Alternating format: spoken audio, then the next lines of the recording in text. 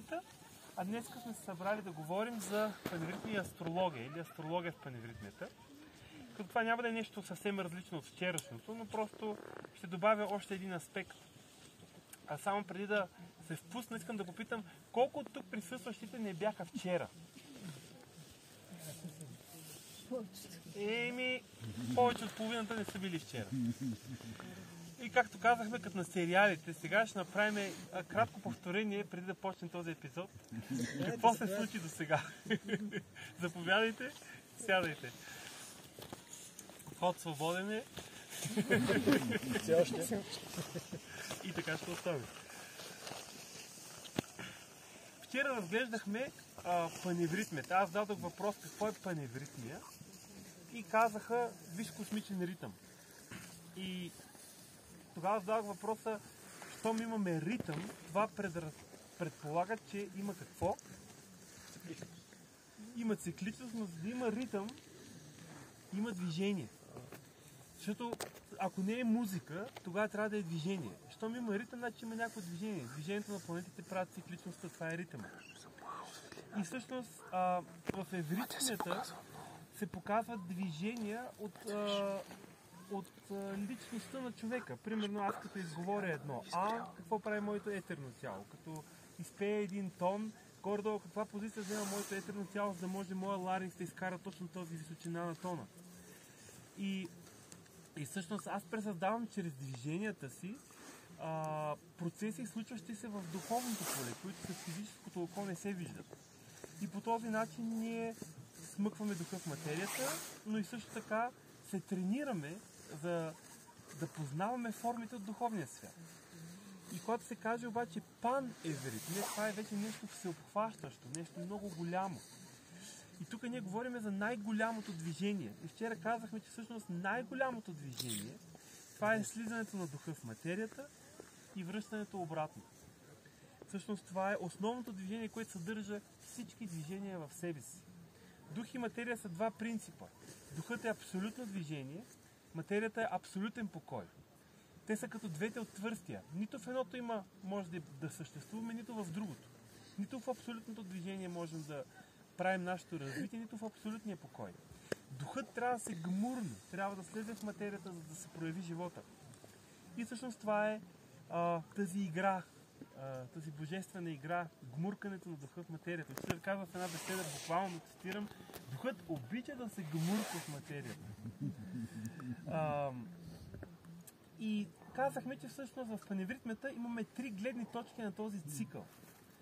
Гледна точка на физическия свят, на човешкия свят, която казахме, че е окръжността, където сме в окръжността.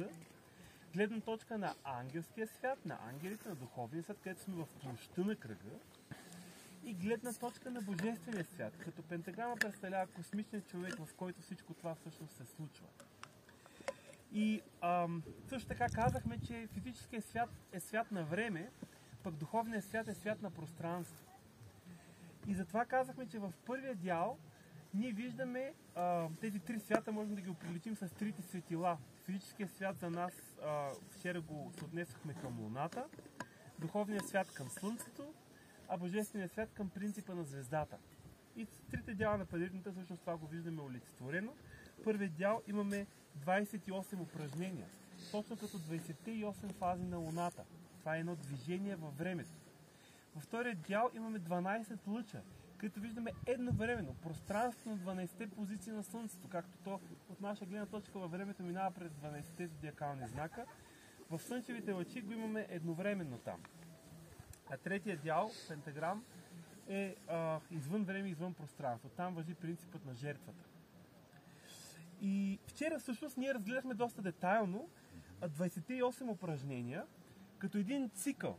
14 упражнения, които са, така да се каже, от новолуние, където душата е едно с Бога, Луната е едно с Слънцето, към пълнолуние, където душата е максимално отдалечена от Слънцето, но го отразява напълно, така че човек да може да види божественото в себе си.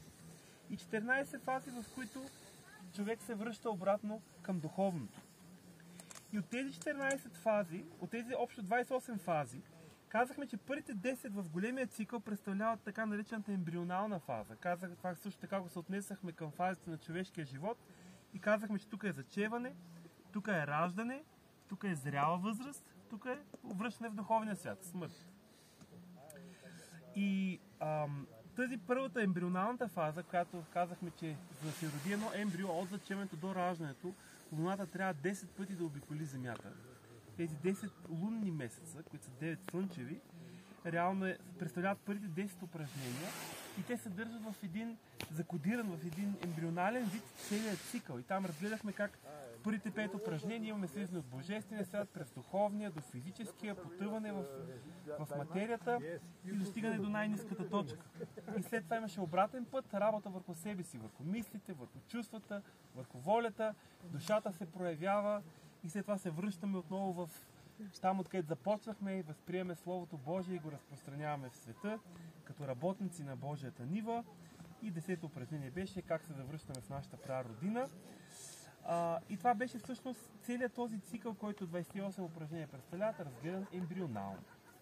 И до там стигнахме вчера. Така малко сега набързо ви въведох в това, което сме преговорили вчера, малко по-детайлно. И сега от тук продължаваме нататъка. По принцип аз трябваше да говоря сега за слънчевите лъчи и за пентаграм, как те също показват този процес на слизане на духа в материята и обръщане обратно към духа. Обаче ще го направя живот и здраве да е като стигна до слънчевите лъчи втори път. Сега искам същия този цикъл 28 упражнения веднъж да го минеме и да видим каква е връзката с астрологията, къде можем да открием вътре астрологията и зодиакалните знаци. Но преди да направим това нещо, трябва да задам един въпрос. Какво са зодиакалните знаци? Позиции в небето на слънчеви на звезди? Ако ние разглеждаме зодиакалните знаци като нещо механично, което няма разумност, просто някакви там светила светят върху нас и заради светлината им, нали, по чисто физически път се оказва известно влияние, то ние не разбираме какво представляват зодиакалните знаци. Зодиакалните знаци всъщност са много висши разумни същества, които от вас са чели, знаят, че има 3 небеса. Долното небе от ангелски йерархии се състои от ангели, архангели и начала. И те са такива, примерно един ангел определя съдбата на една човешка душа. Всяка една човешка душа си има един ангел, който е съпътства. Той е така да се каже, както казваме, ангел-хранител. Когато говорим за архангелите, те вече са отговорни за групи от хора. Примерно Бялото братство си има архангел. Българите си имат архангел, германците си имат архангел, руснаците си имат архангел и така нататък. Архангелите са винаги там, където става въпрос за групи. И най-висшите от долното небе, които са тук при нас, на земята, са началата. Те са тези, които регулират ритмите. Те са тези, които регулират смяната на годишните времена, всички ритми в природата, но също така и ритмите на нашата еволюция. Епохите, западноевропейска епоха, славянска епоха, смяната на тези епохи, смените на расите. Всички тези ритми, които ние минаваме тук човеците на земята, ги регулират началата. И това е, така да се каже, долното небе, което е тук при нас, непосредствено. Има едно средно небе, което вече е отчасти при нас, отчасти обаче работи, така да го кажем, сега фигуративно, за да имаме ориентация, и по другите планети на Слънчевата система. Това са братята на формите, които работят от Слънцето, които реално създават всички форми в природата. Формата на човешкото тяло, формата на планините, всички форми, които ние виждаме в природата, в строежа на тялото, в строежа на Слънчевата система, те отговарят за тях. Те са имат една по-висша функция, като цяло за формите в природата. Има и още едни по-горни братя, силите, които отговарят за движението. Да можеш ти да направиш едно силово движение, да си опънеш ръката, примерно, или да може Земята да се върти около оста си, или да може да се върти около Слънцето. Затова отговарят тези братя, тези висши братя, които имат, така да се каже, като основна станция в Слънчевата система, планетата Марс. И най-висшите от това второ небе са господствата. Това са тези, които следят всички процеси в нашата Слънчева система, да служат на голямата цел.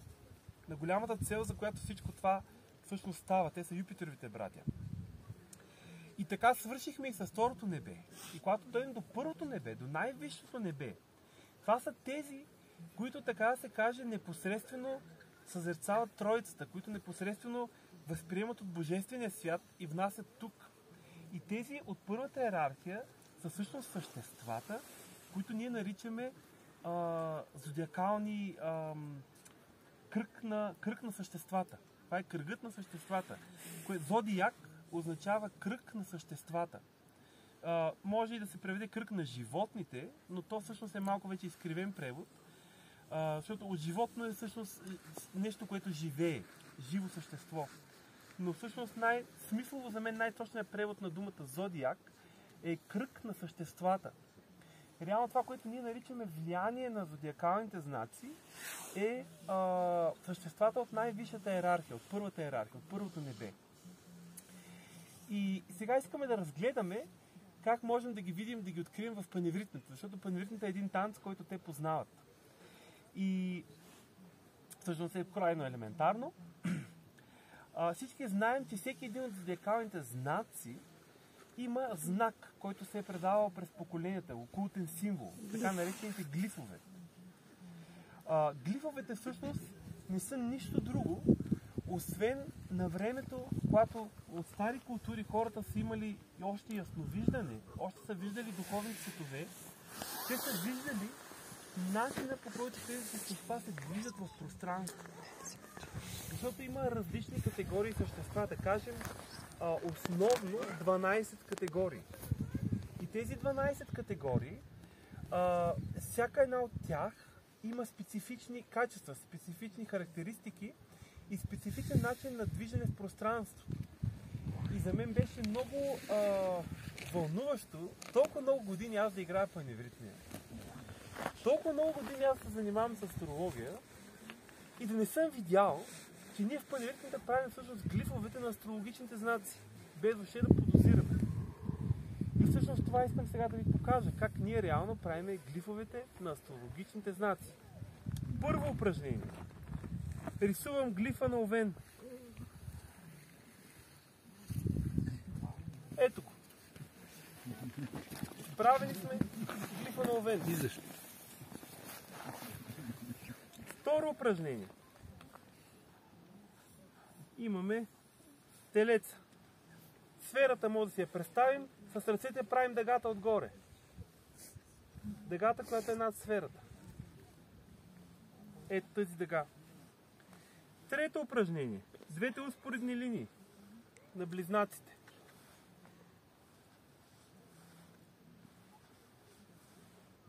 Тук сега, за това беше важна ретроспекцията, която направих. Тук останалите упражнения, защото първите 10 в големия цикъл представляват само първия квадрант от зодиака. Затова те съдържат в себе си само първите 3 знака. Останалото вчера, когато го разглеждахме детайлно, видяхме, че всъщност е една проекция на нещо, което ще дойде в бъдещето. Затова в следващите движения аз няма да търся сега глифове на астрологията, защото първите 3 упражнения в първите 10 представляват това, което първите 10 представляват цикъла 28. Успяхте ли да проследите тази мисъл? Да. Добре. Така че с трето упражнение приключихме и сега отиваме към 11-то. Евера. Принципът на раждането. Луната. Тук имаме реално глифът на рака. Глифът на рака, само да го погледна, от тук да го нарисувам. Имаме, при рака е много интересно, че това, което сочи наляво е отгоре, а това, което сочи надясно е отдолу. Лявото е отгоре, дясното е отдолу. Ето и глифа на рака.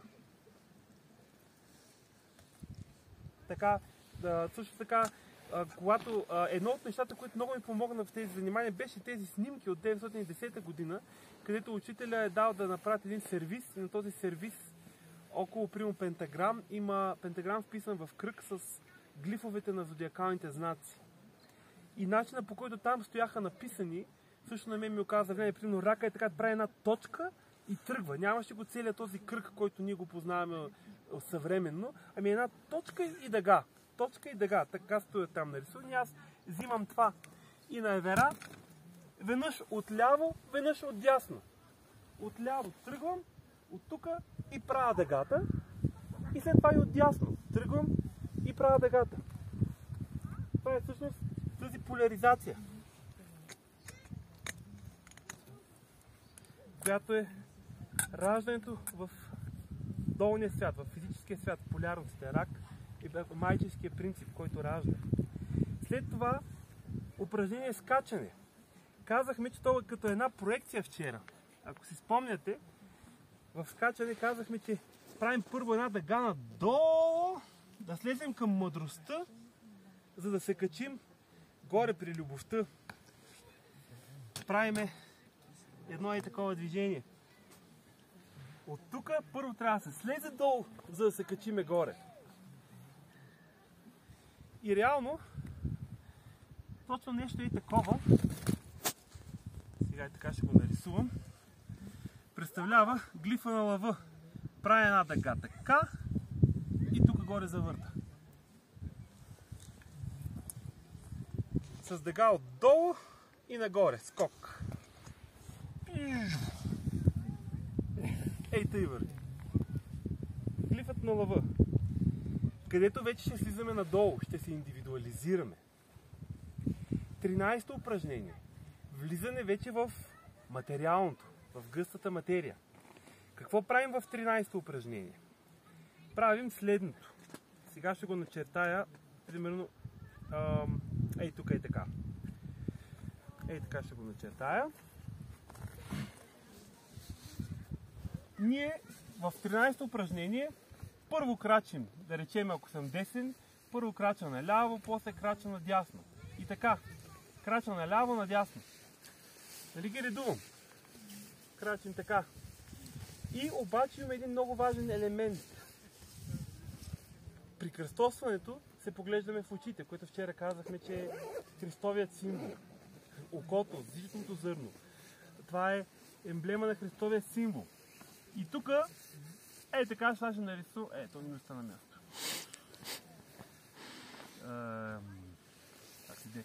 Като го обърна така, виждате всъщност тук накрая има едно така, само че не ми остана място да го направя както трябва. Реално това е цик-цака, който правим в стакането. Девата.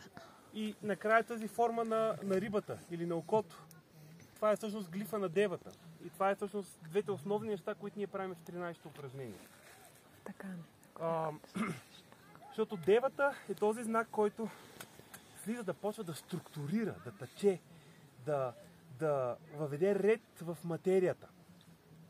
И 14-то упражнение също е един вид на девата, на мисълта. В физическия свят да възприемем мисълта. Управителят на дева в астрологията е Меркурий.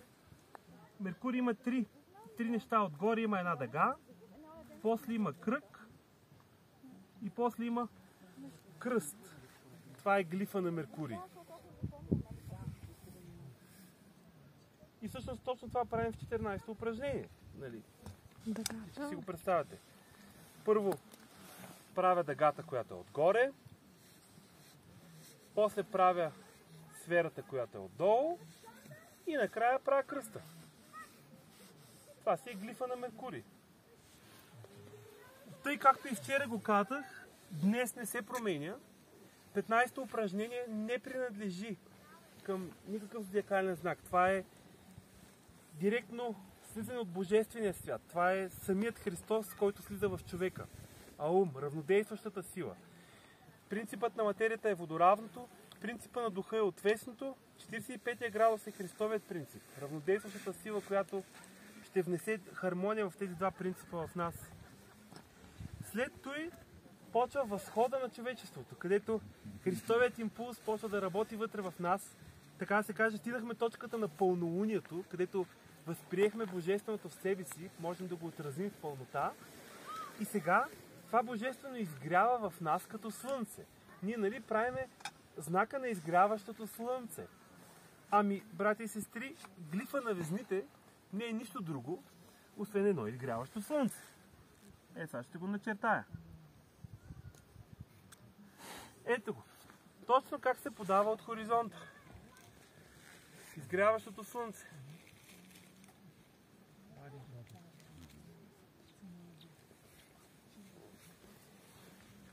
И това слънце в нас разкрива четирите пласта на нашето същество.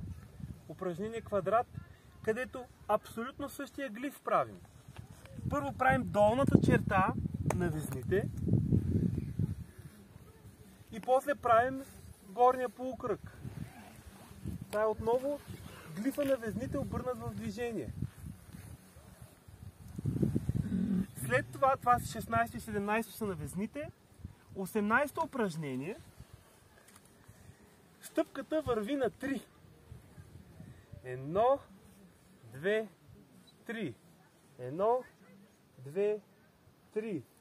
1, 2, 3. И това полюляване,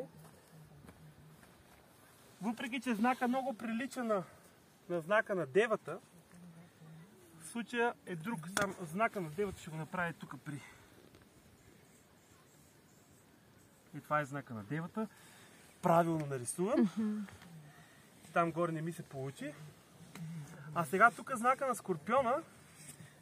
Тази тройка прави пак 3 такива цак. Като три планински върха. Тази тройка на стъпката. Прилича на това, което е при девата. Това са тези 1, 2, 3. 1, 2, 3. Обаче там имам едно държение на 45 градус. Напред и нагоре и назад и надолу. И тук го имаме това опъване назад и надолу на 45 градуса. Тази стрелка. Това е всъщност, което вчера аз нарекох волята в мисълта. Предната ръка, която самосъзнателно се свързва с Божествения свят и възприема, а задната ръка, която вече не е продължение, а обърната навътре. Тоест аз имам воля мислите, една част от мислите да ги задържа, а друга да остава да изтекат при мене. 18 и 19 упражнение, вчера казахме, че ние ще трансформираме своите мисли и своите чувства. Щом става въпрос за трансформация, винаги става въпрос за Плутон, който е управителя на Скорпион. Упражнение 18 правим глифа на Скорпион, който познаваме. А вчера казахме, че след като направим и 19-то упражнение, за което казахме, че там работиш в областта на сърцето, не на ума, а на сърцето, където казахме, че от лявата страна почвам и слизам до физическия план, до височината на пъпа и там изживявам едно противоречие. Влизам в кръста. И казахме, че тези движения на летенето носят зад себе си, знайки от Духът Божий, с движения, думите с любов. Тоест, когато ние възприемаме страданията с любов, в нас за първи път физически се появява тази форма на окото, която бяхме заложили в тъкането, чрез поглеждането, за която казахме, че се образува от двата кръга, които се пресичат през центъра си.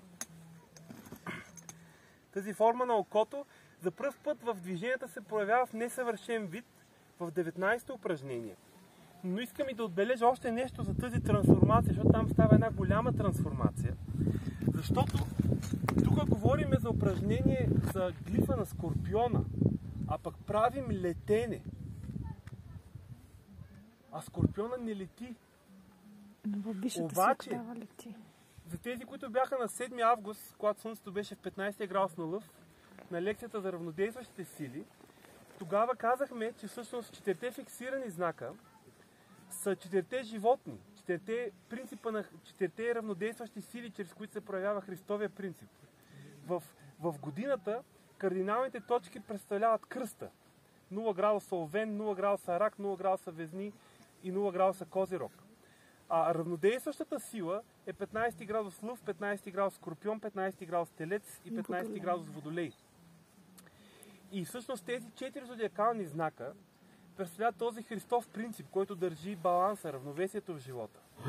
И това са всъщност 4 мистични животни от Библията. Знаем, че около агнето стояли 4 животни. Едното приличало на лъв, едното на бик, едното на орел и едното на човек. Бика е телеца, лъва си е лъв, човека е водолея, а орела е всъщност скорпиона в неговата първична форма. Скорпиона в първичната си форма е орел, но в момента е паднал. Слязли сме на земята. След като сме минали тези 14 упражнения от първата половина, ние сме слезли долу и орел е станал скорпион. И в 19-то упражнение ние отново обръщаме чрез летенето скорпиона на орел. Това е моята интерпретация на летенето там. След това 20-то упражнение идва волята, целеустремеността. Какво правиме? Изнасяме ръцете напред-нагоре на 45 градуса, стремеж напред и нагоре. И след това правим една квадратура между бедро и долна част на кръка. Това е квадратура между физически и духовния свят. Квадратурата 90 градус, това е градус на кръста. Тоест тук имаме нещо като кръст и стремеж на 45 градуса нагоре. Точно това е глифът на знака стрелец. То е една стрелка на 45 градуса нагоре, в която в долната, в задната си част има кръст. Това е знака на стрелеца.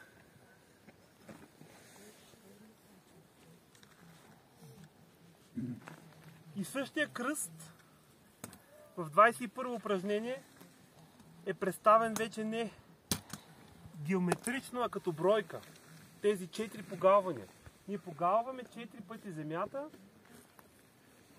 и пак изнасяме напред и нагоре на 45 градуса. То е същото движение, но в мекия вариант.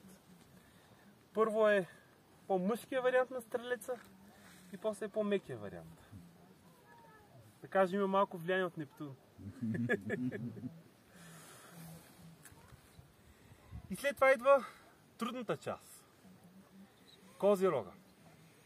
Разбира се, да, ще го вметна набързо. Ще се опитам да го вметна, защото е интересно. Но в първо упражнение, съответно акцента е в главата, защото там е овена. Във второ упражнение, акцента е по някакъв начин, тук ръцете като се събират, винаги го свързвам с моя ларингс. Защото телеца отговаря за ларингса. Трето упражнение за мен е свързано с дробовете и с ръцете, за които отговарят близнаците.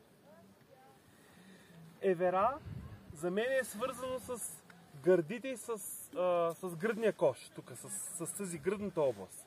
Някак си тя хубаво се раздвижва и се отваря. Там за мен има един акцент на движението.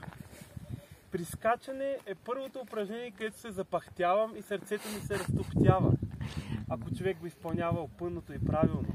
Защото то е като някакво кардио за сърцето. За мен там сърцето доста се активира в това скачане, в това упражнение. Да пееш, да държиш въздуха, да скочиш и да задържиш равновесието. Това е активиране на сърцето.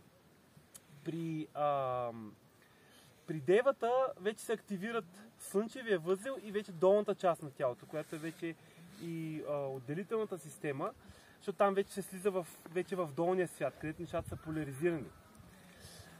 След това в везните винаги можем да търсим един акцент в кръста, примерно в квадрат, където правим тези движения, или в изгрява слънцето в тези движения.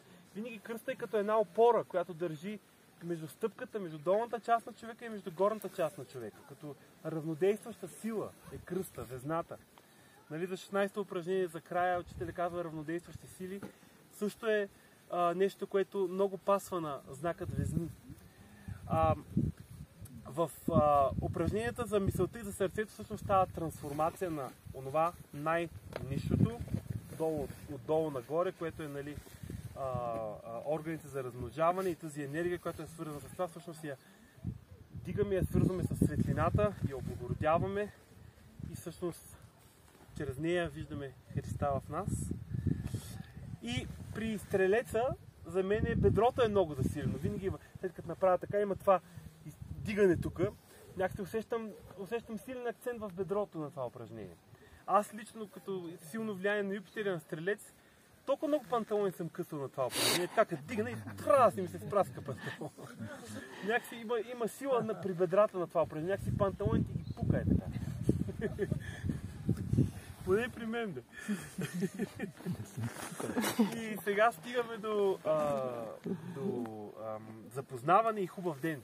Тези две упражнения, за които вчера казахме, че са прехода между третия и четвъртия квадрант, където реално събираме двата човека в един по образ и подобие Божие.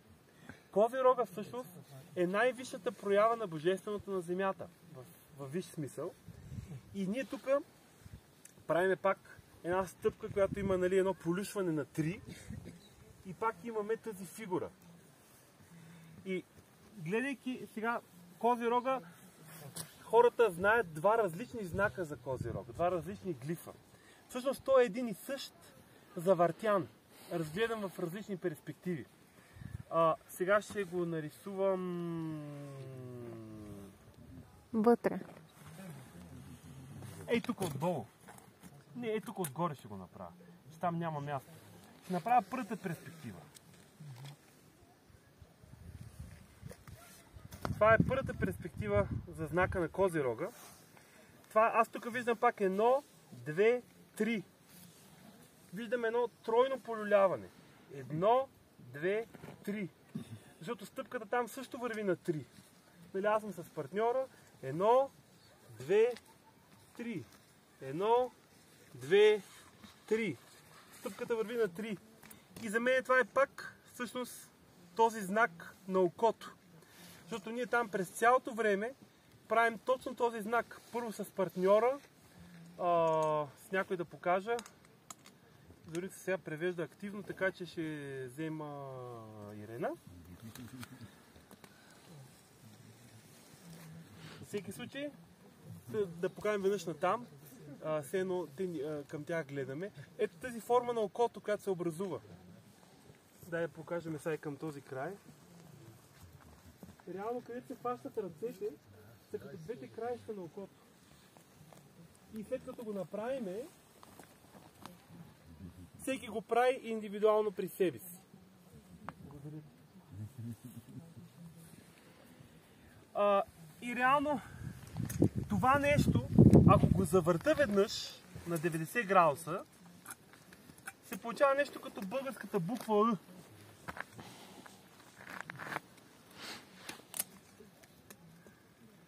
Той е реално един и същи знак, просто написан по два различни начина.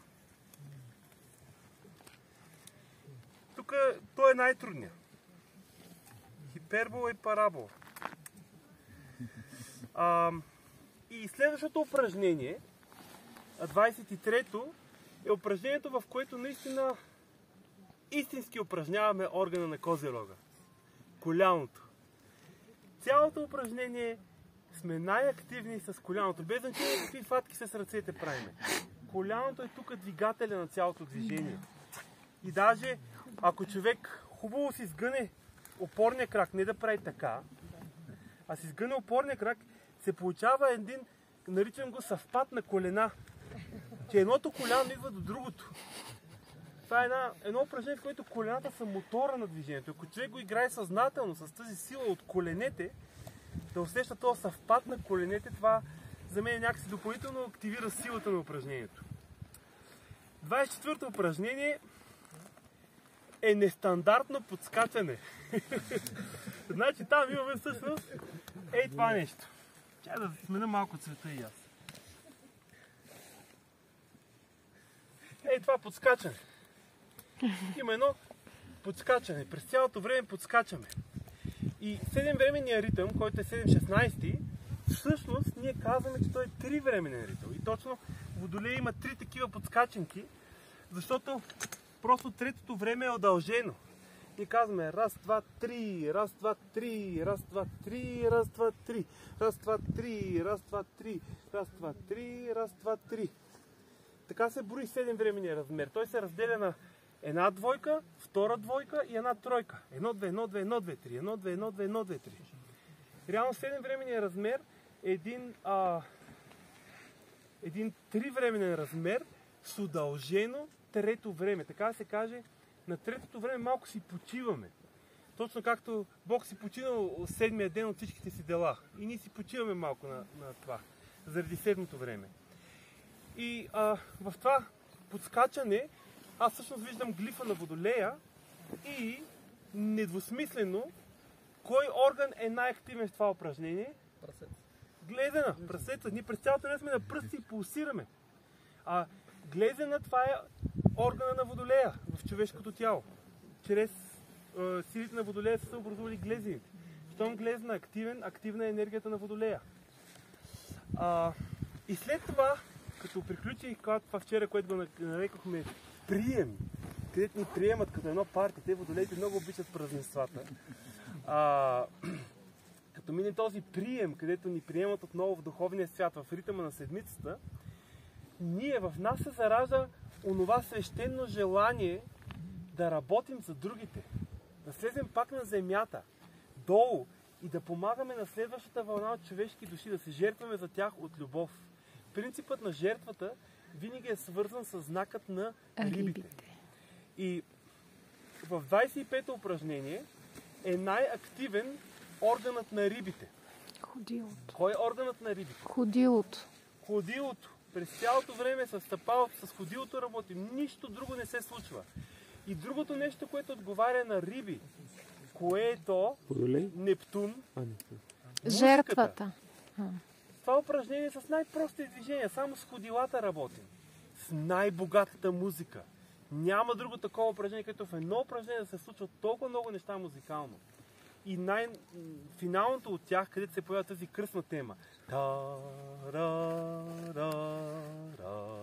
Появяват се 3 кръстни теми и накрая още 2-3 тонуса, които са все термини, в които сега няма да се впускам, но само ще кажа, кръстната тема символизира за класиците и най-вече за композиторите от барока жертвата на Христос на кръста. Винаги, когато се ползва кръстна тема, се има предвид страданията, които Христа преживява.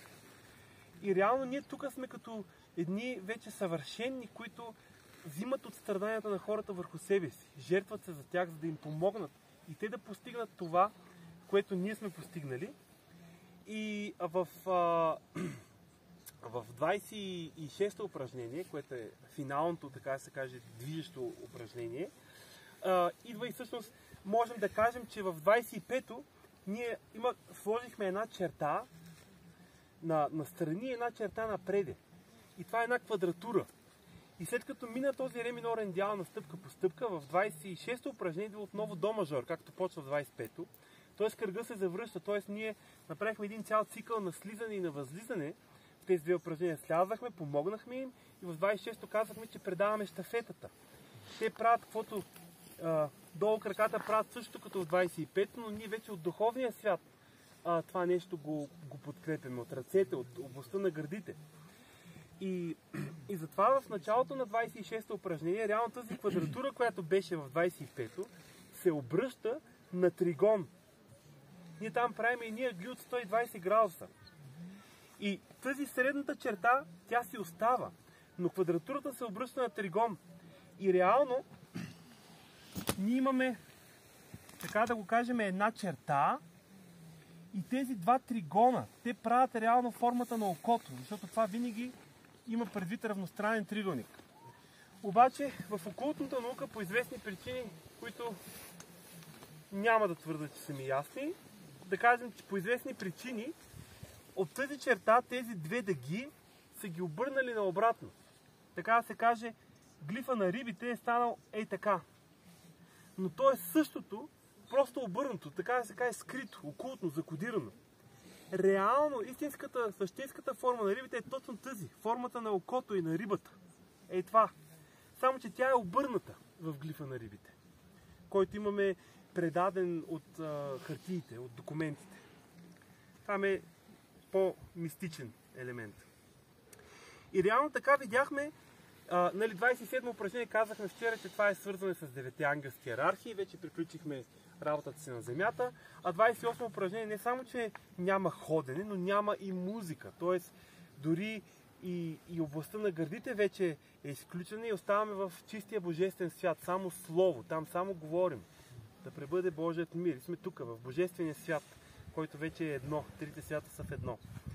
И така видяхме в първия дял на паневритмията зодиакът представен в времето. Разлистен. Във втория дял на паневритмията имаме зодиака в пространството. Едновременно стоят 12-те лъча. 12-те знака са там.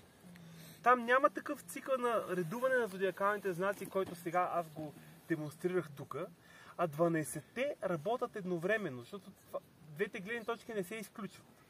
Има в нашия личен път на развитие, индивидуален, има едно редуване, има фази, в които се минава. Но в голямото общо, реално 12-те винаги са еднакво активни. И реално слънчевите лъчи, както го пише директно в описанието, че 12-те лъча представляват 12-те зодиакални знака.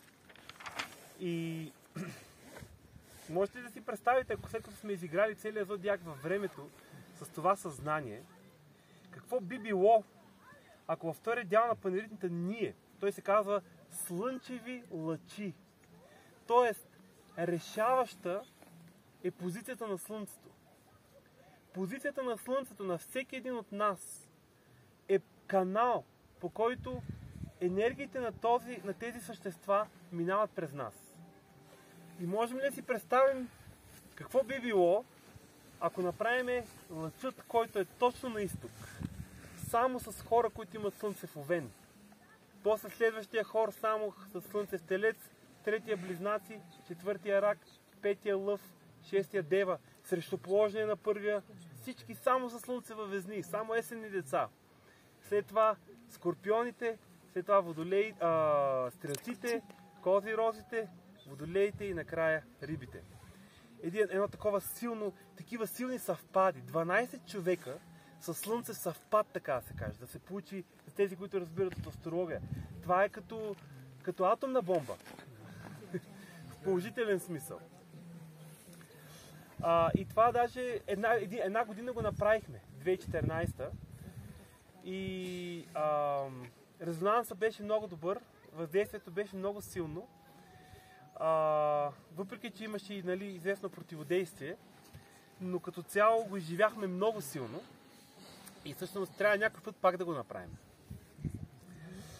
Добре, сега трябва да си погледна часовника, че от 6:30 тук има пеене с брат Симеон.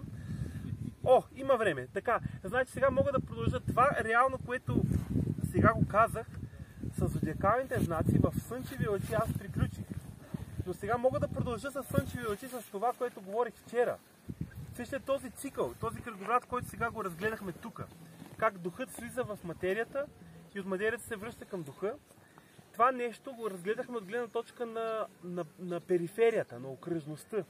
Но още не сме го разгледали от гледна точка на кръга, на ангелските същества. За тази цел имам нужда от една мокра кърпичка.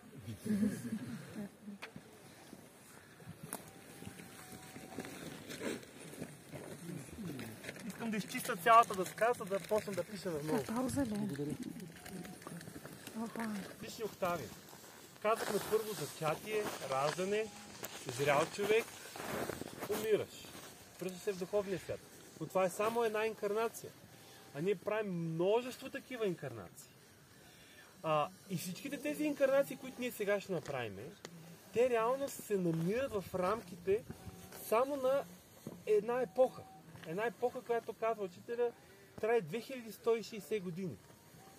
Точката на прецесията, където след известно време тези епохи се сменят. И тези епохи обаче, всичките тези епохи, са всъщност части от един голям цикъл, който ние наричаме на окултна терминология раса. Не раса в смисъл на човешки раси, черна раса, бяла раса и такова, но раса като фаза на човешкото развитие, като обща форма, в която хората в момента, човешкият дух в момента се проявява. И всички знаем, че ние в момента се намираме в петата епоха на петата раса. Има общо, казахме навсякъде, този ритъм, който духовният свят е реално, с който духовният свят работи, е един 7-временен ритъм. Всичко в духовния свят протича на 7-временен ритъм. И затова и целият втори дял на паневритмията слънчеви лъчи е в 7-временен ритъм. Този, който го имахме в 24-то упражнение. През цялото време пулсираме в този 7-16 такт. И тези 7 раси, ако погледнем всичките 7 раси, когато завърши 7-та раса, ние ще сме завършили нашата човешка еволюция и ще бъдем, така да се каже, вече съвършени. Ще можем да бъдем подобни на ангелите. Но какво става с растенията и с животните? И те ли ще са свършили? Ами какво става с ангелите преди нас? Как върви цялата тази история? Всичко това, всичките тези раси, всичките тези развития ги има на една още по-висока октава, която е за ангелите толкова реална, както за нас тези раси. Това в окултната наука се наричат 7-те прераждания на Слънчевата система. Както ние се прераждаме, така и Слънчевата система се преражда. Но за разлика от нас, за нея са предвидени само 7 прераждания. Ние в момента се намираме в 4-тото от тях. Всичката тази еволюция, с всичките епохи, с всичките периоди се намират в 4-тото прераждане на Слънчевата система, което ние наричаме земно. Преди нас е имало 3, след нас има още 3. По време на най-първото прераждане на Слънчевата система, това, което и учителя в беседа от 1 януари 1917, братът на най-малките, тъй както и теософите и антропософите, наричат учителя първата епоха Сатурн, старият Сатурн. Втората такава епоха учителят нарича Старото Слънце. На стария Сатурн ние сме имали едно съзнание, което е сравнимо с съзнанието, което днес имат минералите. На Старото Слънце ние сме имали едно съзнание, което е сравнимо с съзнанието на днешните растения. Третата прераждане на Слънчевата система е така наречената Стара Луна. Тогава ние сме имали едно съзнание, което е сравнимо с сегашното съзнание на животните. Сега ние се намираме в 4-тото прераждане на Слънчевата система, в което ние правим нашата човешка еволюция. В 3-тото сегашните ангели са правили тяхната човешка еволюция. Във 2-то сегашните архангели са правили тяхната човешка еволюция. А в 1-то тези, които наричаме начала, защото с тях е почнала Слънчевата система, те са правили тогава тяхната човешка еволюция. Когато минем в 5-то прераждане на Слънчевата система, което е така нареченият Юпитер, сегашните животни ще правят тяхната човешка еволюция. И така нататък. След това 6-то ще е Венера и 7-то окултизма го нарича Вулкан. И всъщност тези 7 гигантски периоди, които са всъщност извън нашето понятие за време и пространство. Защото след всяка една такава епоха, след всяко едно такова нещо, цялата Слънчева система изчезва на физическия план. Има един елемент, който се казва фаза на пралая, на нищо. И след това от нищото тя се появява и се ражда наново. Той слиза отново от духовния свят. Тя се всмуква от духовния свят и след това се инкарнира наново, ражда се наново. И всичко, което е било изработено допреди това, то не изчезва. То се материализира след това в новите условия, в новите форми. И всъщност тези 7 големи епохи са тази паневритмия, това голямо движение на духа в материята и обратно извън материята. И всъщност тези 7 фази можем да си ги представим като един кръг. При първата фаза сме най-горе, при втората се слиза, при третата вече се е слязло много долу, четвъртата е най-ниска точка, петата е възход, шестата е възход и седмата е завършек. И те са реално като един кръг. И ние в момента се намираме в най-ниската точка, където условията в Слънчевата система са най-материални, където живота се проявява най-дълбоко в гъстата материя, където духа най-дълбоко се е гмурнал. И в слънчевите лъчи ние имаме първоначално 3 вълни. 3 вълни. 3 пъти ние отиваме към центъра да вземем нещо. И тези 3 вълни, те всъщност представляват тези първи 3 големи фази. В същата беседа, 1 януари 1917 година, брата на най-малките, цитирам точно по смисъл, по форма, горе-долу точно. Каза, в първата вълна духът е слязал до менталното поле и е дал менталното поле за работа. Това поле, казва той, тази първа вълна, казва, се нарича Стария Сатурн. Във втората вълна духът е слязал една степен по-надолу, до астралното поле и е създал светът на чувствата. И след това се е върнал. И той го казва в беседата. Казва, и след всяко едно такова слизане на духа и връщане е имало духовни ден и нощ. Тоест имало един момент, където живота е проявен и в момент, който е нощ, където живота изчезва. И след това, третия път, духът вече е слязал, казва, до етерното поле на физическия свят. Още не е слязал в гъстата материя, но е слязал до етерното поле на физическия свят. И казва, там е дал волевото поле.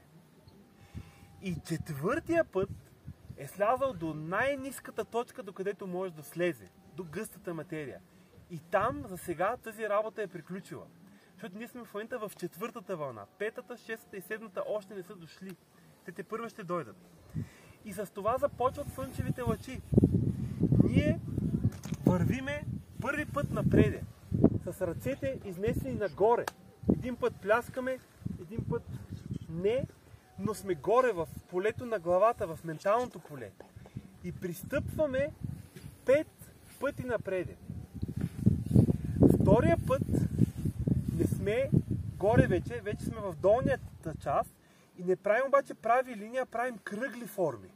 Правим кръгове с краката, пристъпваме с кръгове напреде.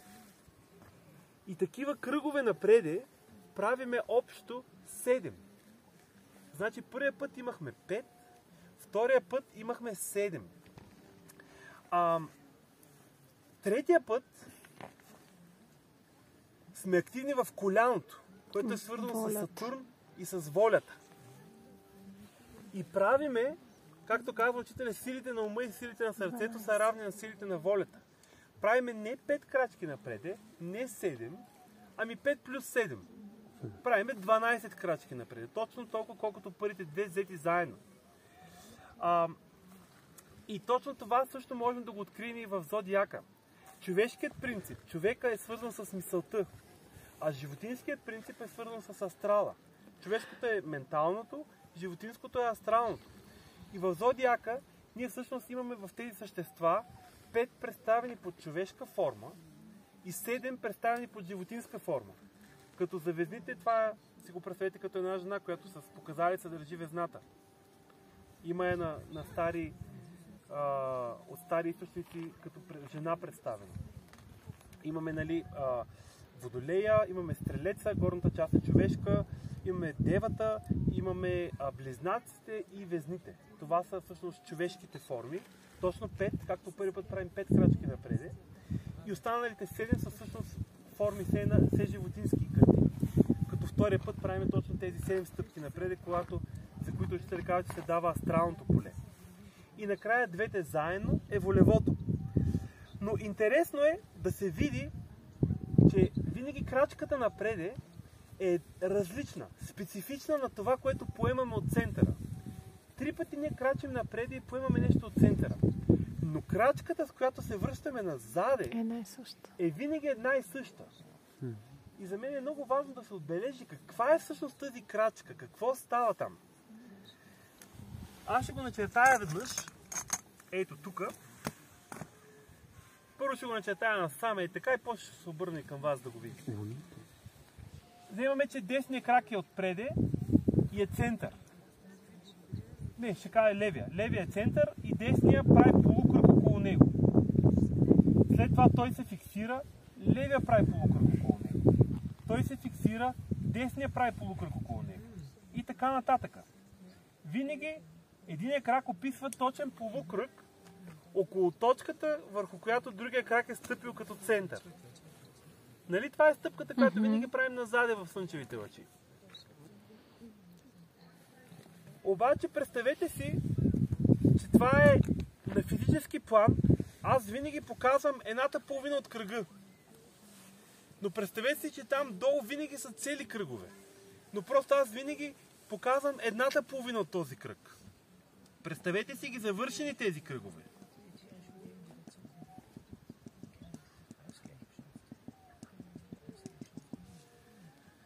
Реално се образуват точно тази фигура, за която вече 1000 пъти я споменахме, вчера най-вече, но и днеска.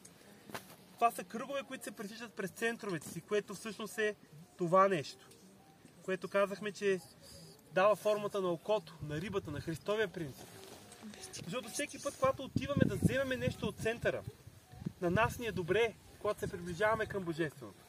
Но когато го носим към периферията, това е един вид жертва. И там винаги е Христовият импулс. Винаги Христос е който движи лъчите от центъра към периферията, който ни праща да слезем там, да занесем това, което сме възприели от Божествения център. И след като го направим това, 3 пъти и третия път направим 12 крачки напреде, реално четвъртото движение е, така да се каже, преплетено с третото в слънчевите лъчи. Там правим едни 13 крачки назад. Точно както в това упражнение имахме 13 такта на музиката. Точно както с 13-то упражнение такане ние слязахме в гъстата материя, така на същото това място в слънчевите лъчи, с тези 13 крачки назаде, ние реално стигаме до този план, до четвъртата инкарнация на Слънчевата система. И там става нещо много интересно, защото е най-ниската точка. Става една временна загуба на връзката с центъра. До сега, до първите 3 отивания напреде, центъра беше винаги това, музикантите пред нас. И изведнъж, като направихме тези 13 крачки назаде, стана една поляризация. Ние си станахме център един за друг. Тоест, слязахме в една неорганизирана сфера, която още не е едно с Божественото, в която ние тепърва започваме да работим. И по този начин се извършва първата половина от движението, която нарекахме от новолуние към пълнолуние, но в случая сме в слънчевия дял, така че луната не ни интересува. Да кажем, че духът се гмурна до най-ниската точка в материята. И оттам започва работата. И това, което за нас беше работа, помните ли всъщност каква беше нашата работа? Да вземем първите 10 като модел. След като достигнахме най-ниската точка, върху какво работихме? Ума, сърцето и волята. По-силно. Ума, сърцето и волята. Ум, сърце, воля.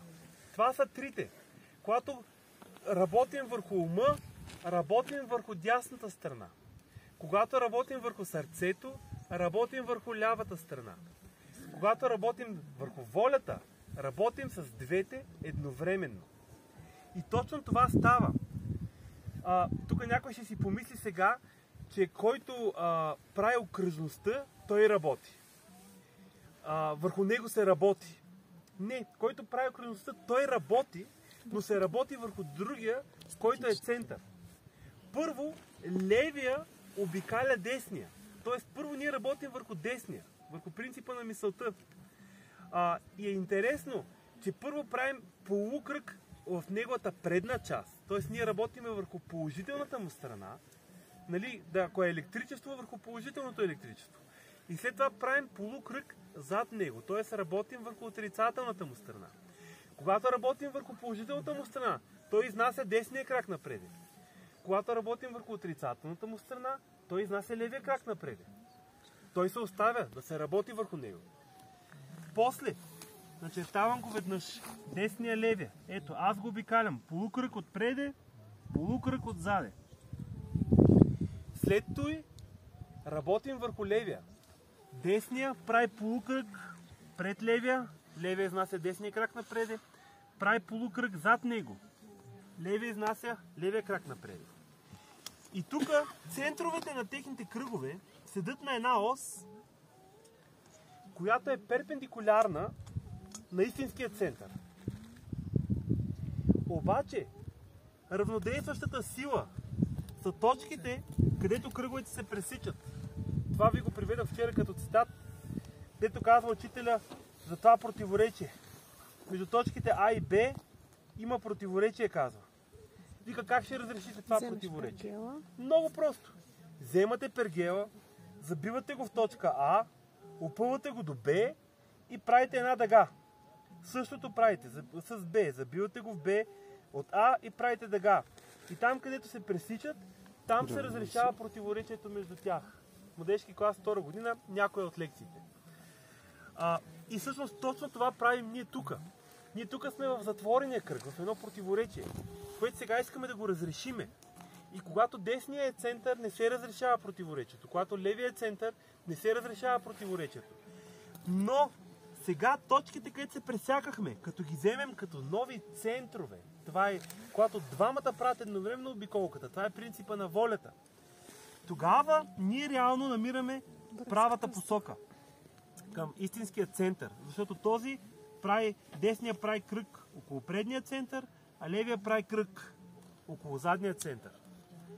И по този начин се проявява равнодействащата сила или Христовият принцип, вследствие на което тази форма на окото се проявява в пълнота. Двамата оставаме в Ти си ме, мамо, и държим точно тази форма на окото. И по този начин реално свършва еволюцията на четвъртата фаза. И след това следват 3 движения, които реално за нашата степен на развитие само маркират бъдещите фази. Те са като едно маркиране. Пляскането, тази радост е маркиране на Юпитеровия период, това дишане, това любовно движение е маркиране на Венериния период и свършъкът, летенето, 7-та фаза, е маркиране на завършика. Тук бих могъл и повече да кажа, но мисля, че това е достатъчно реално. Даже имаме и още време. И реално, имаме време да разгледаме и този цикъл при пентаграма. Но тук има ли някакъв въпрос? Че аз така много набързо ги нахвърлях. Аз имам един въпрос, свързан с ритъма на ръченицата си. Замислих, понеже ти спомена и се сетих за това, че в български фолклор имаме ръченица, на която първото време е по-дългото. Като символика, дали? Винаги е третото, или? Има и ръченици, които първото е първото е, тя е гръцка, не е българска. Така ли? Да. От Гърция, при гърците първото време е удължено. Да. А при нас, българите, третото е удължено. Защото съм чул, че има и първи. Има, обаче не е българска. Обаче не е българска. А иначе, реално 7-времения ритъм е ритъма даже на физическото разпространение на слънчевите лъчи. Това е слънчев ритъм. Добре, тогава сега мога да взема още една мокра кърпичка. Тези същества, които ние сега ги разглеждаме като нещо много висше, представляват нещо, което за нас е физическото тяло. За космичния човек овена е неговата глава, телеца е неговият врат, близнаците са неговите ръце, рака е неговите гърди и стомах, лъва е неговото сърце, девата е неговата долна част, там където е обърнатия пентаграм, вече отиваме в тази област. Везните са границата, скорпиона вече е върха на обърнатия пентаграм, буквално, откъдето излизат двете змии. Стрелеца са бедрата, козирога са коленете, водолея са пръстците и глезените, риби са ходилата. Реално, тук с това се изчерпва темата астрология в паневритмията, когато говорим за третия дял на паневритмията. Тук нямам какво повече да добавя, но ние реално там ги имаме присъстващи в тези органи. Казахме, че в първия дял работи принципът на времето, а във втория дял на паневритмията работи повече принципа на пространството. Ние там даже, това не го отбелязах, но първо правихме 7 крачки напред, първо 5, после 7, после 12, което са общо 24. А на излизане направихме първо 15, после 20 и накрая 13, което са 48. Двойно повече от 24. А в също втора година на младежкия клас учителя задава въпрос: какво е пространство? И само отговаря: пространството е един безкрайен растеж. И реално точно това става в слънчевите лъчи, един растеж. И ние се удвояваме, Царството Божие се разширява. И така казахме за първия дял време, за втория дял пространство, а за третия дял всъщност ключовата дума е жертва. В една от молитвите много красиво се говори за Бог на великата жертва. Голгота е последната жертва, която Бог прави. Преди това е имало две други. Най-голямата е всъщност за мен представена в пентаграма. Това е най-първата жертва, която Божественото прави, за да можем ние да получим живота. Нека да си представим тази линия, която се движи. Имаме една линия, да речем, че тук е някъде центъра, музикантите е тук. И тук имаме линията на пентаграма. Линията е като един ас, като една, да си я представим отвесно. Нали? Сега в момента за практически нарисувах водоравно, защото така по-ми пасва за продължението. Но си я представим като нещо отвесно, като един ас. И този ас е свободен. Той може да се движи. Той живее в обективния си свят. Отвътре навън. Той живее, казано музикален език, в мажор. И всъщност, точно както имаше 4 фази при слънчевите лъчи. Една първа фаза, където се създаде нещо, втора фаза, където се създаде нещо, трета фаза, където се създаде нещо и четвъртата заключи, за да може да почне работата вътре в това нещо. Този принцип го има и при пентаграма. Първо се монтират краката, се фиксират. Защото това е като фиксирана звезда. Нали казваме, че Луната има 28 фази, Слънцето минава през 12-те зодиака, а звездите ги наричаме фиксирани звезди, защото те не се мърдат. Стоят там. Те пак се мърдат, но няма значение. За нас са фиксирани сега.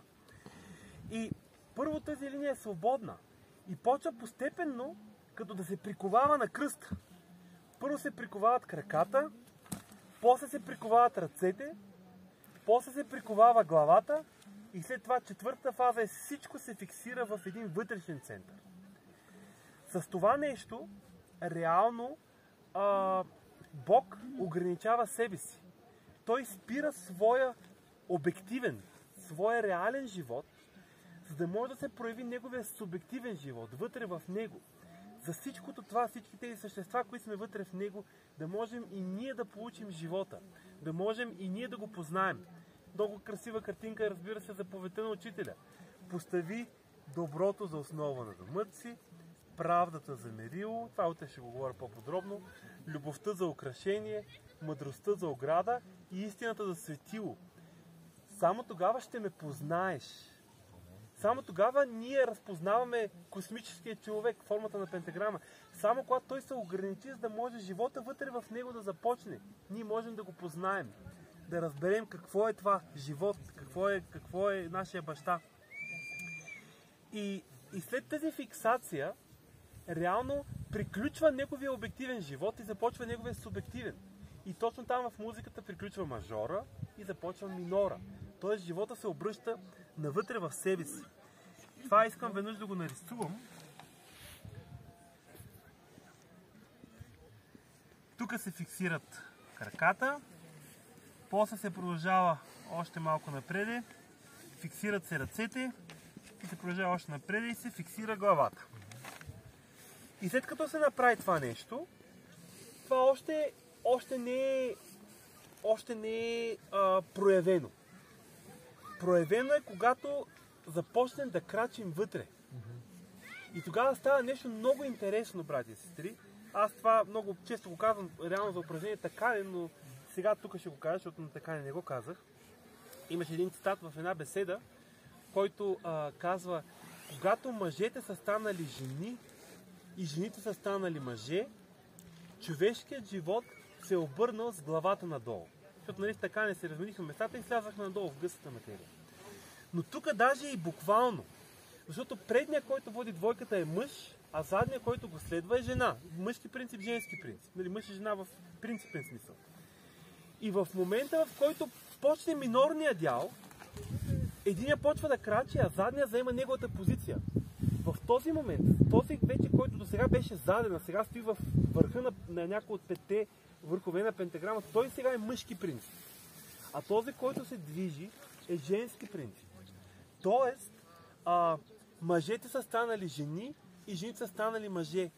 И в момента, в който те почват да се движат по петолъчката, в петолъчката се вижда, се образува от това движение, като следствие на това движение, като следствие на тази проява, като следствие на ограничение на Божественото, се образува една петолъчка обърната надолу.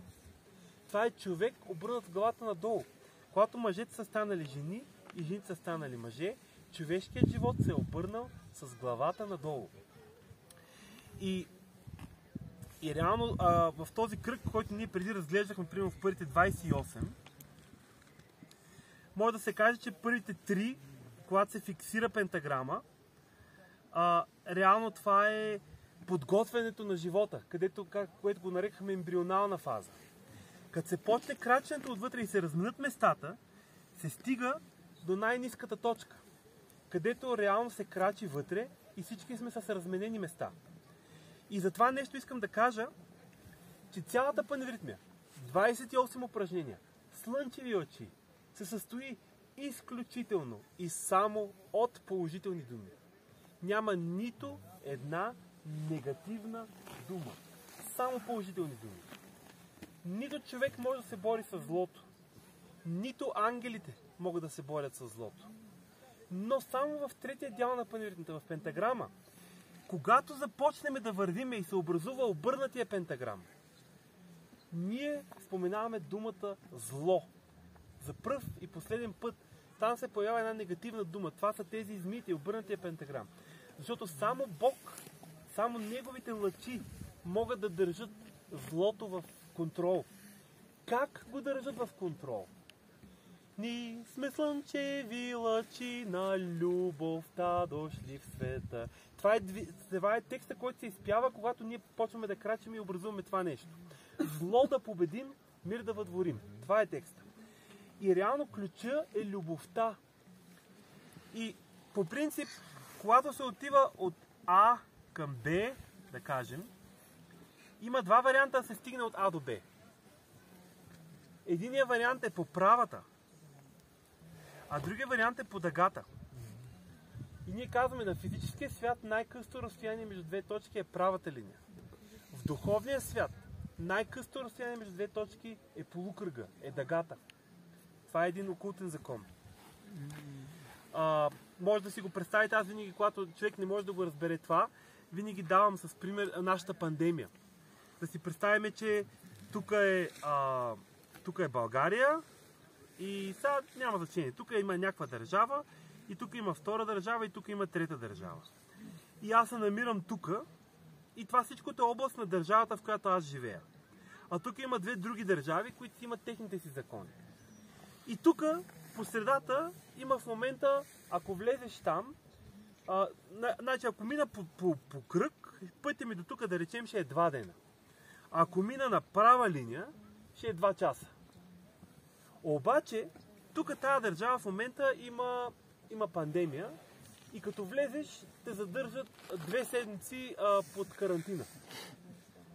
И реално, кой път ще ти излезе по-бърз? Защото в духовния свят всичко е структурирано на кръгове. И това са енергийни полета. И когато вървиш в права линия, ти сменяш непрекъснато енергийни полета и това изразходва много енергия. И тогава си по-бавен. В духовния свят дъгата е най-късия път от А до Б. И всъщност тук можем да кажем, че правата линия, която е мъжки принцип, принцип на мъдростта. Дъгата е женски принцип и принцип на любовта. И в пентаграм учителят ни е дал не да крачим по права линия към отсрещната точка, а винаги в дъга отляво. И това е любовта. Защото когато правим тези дъги,